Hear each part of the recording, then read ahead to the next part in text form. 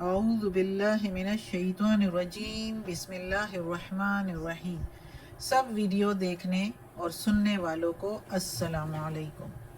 ہمارے چینل کے پیارے ویورز، آج ہم تلاوت کریں گے سورہ رات کی آیت نمبر 40 اور 41،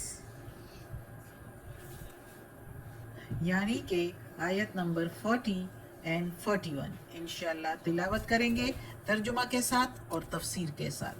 تو چلیں شروع کرتے ہیں آج کا سبق، لیکن شروع کرنے سے پہلے چینل کو سبسکرائب کریں، بیل نوٹیفیکیشن کو آن کریں تاکہ اگلی ویڈیو آپ کو آسانی سے ملتی رہے، اور ہو سکے تو شیئر بھی کریں تاکہ زیادہ سے زیادہ لوگ دیکھیں، آپ کو بھی زیادہ ثواب ملے اور مجھے بھی۔ تو چلیں اب شروع کرتے ہیں آج کا سبق۔ اعوذ باللہ من الشیطان الرجیم بسم اللہ الرحمن الرحیم۔ وَإِمَّا اور اگر جو، نُرِيَنَّكَ ہم دکھائے تم کو، بعض الذی بعض اس میں سے جو، نعدہم ہم نے وعدہ کیا ان سے۔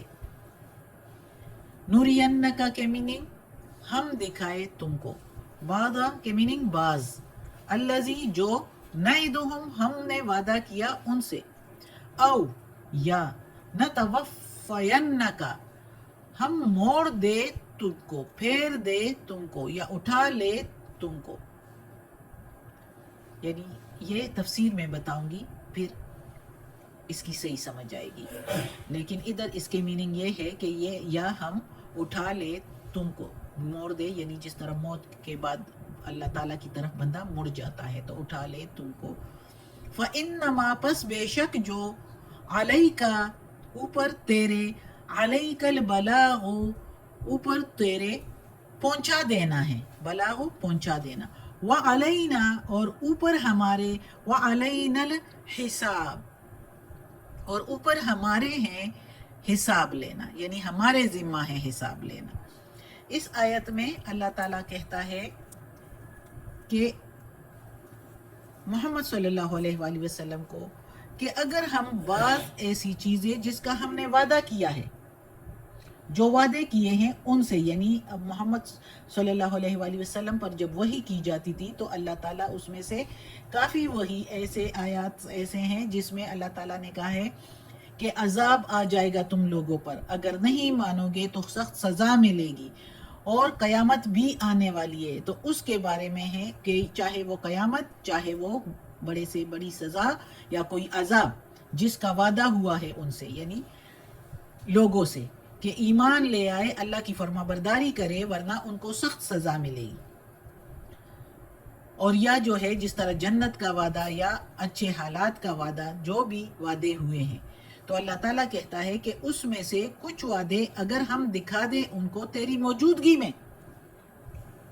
تیرے ہوتے ہوئے، تو ہم کو اختیار ہے اس پر کہ ان میں سے بعض آپ کے سامنے پورے کر دیں وہ وعدے، اور یا آپ کی وفات کے بعد ظاہر کر دیں۔ نہ توفینک کے میننگ وفات کے بعد اگر ہم اس کو ظاہر کر دیں تو یہ ہمارے اختیار میں ہے۔ نہ آپ کو ان کے ظاہر ہونے کی فکر میں پڑنا چاہیے، ورنہ اور نہ ہی تاخیر، یعنی بعد میں اگر دیر ہو جائے تو دیر ہونے کی بھی ان لوگوں کو بے فکر ہونا چاہیے۔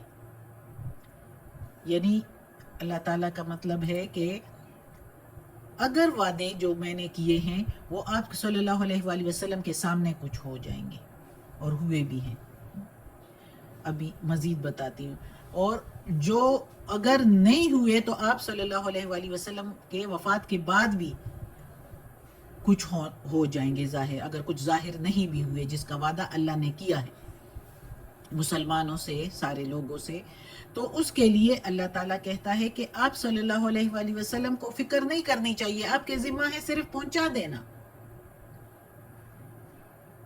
اس کو ظاہر کرنے کی فکر نہ آپ کو چاہیے، اور اس سے نہ جو دوسرے ہیں یعنی مشرکین وغیرہ بے فکر بھی نہیں ہونا چاہیے۔ یہ ہمارے ذمہ ہے حساب لینا ان سے پھر، اور ضرور ہی ضرور ہم لیں گے، جیسے کہ وعدہ ہوا تھا، وعدے اللہ تعالیٰ نے وعدہ کیا تو کہ مسلمان غالب آئیں گے، تو جنگ بدر میں کیسے غالب، کتنی جنگیں ہوئی، مسلمان ہی زیادہ تر غالب آئے ہیں. جنگ احد میں تھوڑا سا نقصان ہوا تھا، لیکن پھر بھی ہارے نہیں مسلمان، بگا دیا تھا مشرکوں کو، پیچھا کیا تھا دور تک. اور اس کے بعد مکہ بھی فتح ہوا. تو یہی وعدے تھے جو اللہ تعالیٰ نے پورے کر دیے، کچھ محمد صلی اللہ علیہ وآلہ وسلم کے ہوتے ہوئے ان کے سامنے، لیکن کچھ وعدے ایسے تھے کہ وہ بعد میں پورے، جیسے کہ روم کو فتح کرنا، فارس کو فتح کرنا، دنیا میں کتنی فتوحاتیں ہوئی مسلمانوں کو ملی ہے. تو وہ آپ صلی اللہ علیہ وآلہ وسلم کے وفات کے بعد تو کچھ وعدے بعد میں پورے ہوئے اور کچھ ان کے سامنے. اور اللہ تعالیٰ کہتا ہے کہ مشرکوں سے حساب لینا میرا کام ہے. تو پھر دیکھو نا کیا حال ہوا فارس والوں کا اس وقت جو ایمان نہیں لا رہے تھے، بے گھر ہو گئے تھے، بھاگ گئے تھے اپنے گھروں سے. اور اسی طرح روم والے بھی، اور اسی طرح بہت سے ممالک ایسے بھی تھے اور بھی تھے جو کہ مسلمان ہو گئے اور جزیہ دینے لگے، اور کوئی جزیہ دینے لگے، کوئی مسلمان ہو گئے اور کچھ بھاگ گئے. تو یہ حالات تھے. یہ اللہ تعالیٰ کہتا ہے کہ میرے ذمہ ہے، آپ لوگ فکر نہ کرو.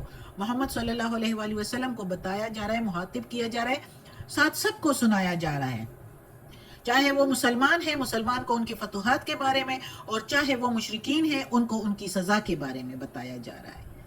اگلی آیت ہے اولم، کیا اور نہیں چکے، یرو وہ دیکھ، کیا اور نہیں وہ دیکھ چکے، انا بے شک ہم نأتی الارض لاتے ہیں زمین کو، ننقصها گھٹاتے ہوئے، من اطرافہا کناروں سے، اطراف سے اس کے. من کے میننگ سے اطرافی کے میننگ اطراف ہے، لیکن ہم ادھر اس کے میننگ لیں گے کناروں سے. ہاں کے میننگ اس کے، یعنی زمین کو اس کے کناروں سے گھٹاتے ہوئے ہم لا رہے ہیں، اللہ تعالیٰ کہتا ہے. تفسیر میں پھر زیادہ سمجھ آ جائے گی. واللہ، اور اللہ، یحکم حکم کرتا ہے تم کو، یحکم کے میننگ حکم کرنا تم کو. لا معقب نہیں پیچھے ڈال سکتا، لحکم ہی حکم اس کا، یعنی کوئی اس کا حکم پیچھے نہیں ڈال سکتا. وہ ہوا، اور وہی سریع الحساب، اور وہی ہے جلد حساب لینے والا. اب یہ آیت بھی اسی کے ساتھ منسلک ہے کہ حساب لینا ہمارا کام ہے. اور یہ لوگ کیا یہ نہیں دیکھتے، یعنی مشرکین یہ نہیں دیکھتے کہ ہم زمین کو اس کے کناروں سے گھٹاتے ہوئے لا رہے ہیں. کناروں سے گھٹانے کا مطلب ہے کہ اس سرزمین مکہ کو یا سرزمین عرب کو، پورے عرب کو، عرب کے پورے ارد گرد آس پاس اسلام کا اثر پھیلتا چلا آ رہا ہے، اور کفر جو کافر ہے ان کی جو عمل داری ہے وہ ختم ہوتی جا رہی ہے، کم ہوتی جا رہی ہے. بڑے بڑے قبیلے اور بڑے بڑی شخصیات جو ہے وہ ان کے دل پر اسلام کا اثر بیٹھ رہا ہے، اور وہ اسلام قبول کر رہے ہیں. اوس اور حضرت جیسے بڑے بڑے قبیلے جو ہے وہ اسلام کی صداقت کو قبول کر چکے ہیں، اور وہ اس مشرف بہ اسلام ہو چکے ہیں. اس طرح ہم آہستہ آہستہ سے کفر کی حکومت کو دباتے چلے آ رہے ہیں. تو کیا ان مشرکوں کو یہ اپنی شامت نظر نہیں آ رہی کہ ان کا گھیرا تنگ ہوتا جا رہا ہے؟ کیا یہ روشن آثار ان جھٹلانے والوں کو یہ نہیں بتاتے کہ اللہ کا فیصلہ ان کے مستقبل کے مطابق کیا ہے، کیا ہو چکا ہے؟ ایک عقل مند بندہ یہ سمجھ سکتا ہے کہ اسلام آج جس رفتار سے بڑھ رہا ہے وہ کسی طاقت کے رکنے سے رکنے والا نہیں. تو لہٰذا جو عقل کی آنکھ رکھتے ہیں، سمجھ کی آنکھ رکھتے ہیں، ان کو آنے والی چیز کو سمجھنا چاہیے، ان کو سمجھ آنی چاہیے کہ آگے کیا ہونے والا ہے. یہ تو اللہ تعالیٰ کا تکوینی حکم اور فیصلہ وہ اٹل ہے. جب وقت آ جائے تو کس کی طاقت ہے کہ 1 منٹ کے لیے بھی ملتوی کر کے اسے پیچھے ڈال دے؟ کوئی پیچھے نہیں ڈال سکتا. جب اللہ کا حکم آ جائے تو اسے کوئی پیچھے نہیں ڈال سکتا. یعنی جہاں حساب کا وقت آ پہنچا پھر دیر نہیں لگے گی. جو چیز یقیناً آنے والی ہے اسے پھر جلد ہی سمجھو. اللہ تعالیٰ کہتا ہے حساب پھر جلد ہوگا. کوئی اس میں دیر نہیں لگے گی, کوئی ڈیل نہیں دی جائے گی. کوئی پھر بہت کہیں گے کہ ہمیں واپس بھیج دیا جائے یا وہ وقت واپس آ جائے. جیسے مکہ, ادھر تو مکہ فتح اور فتوحات کی بات ہو رہی ہے زیادہ تر جو میرے خیال میں ہے. تو وہ پچھلے وقت میں اگر وہ ایمان لے آتے تو زیادہ بہتر تھا. جب مکہ فتح کے وقت ایمان لائے تو ان کی وہ حیثیت نہیں رہی جو پہلے سے ایمان لائے تھے. یہ تو اللہ کی طرف سے ہے, احادیث میں موجود ہے. اور کچھ لوگ تو بھاگ گئے, ایمان ہی نہیں لائے, اس جگہوں سے بھاگ گئے. اور کچھ جو ہے وہ قتل کر دیے گئے جنہوں نے مقابلے کے لیے تلواریں نکالی.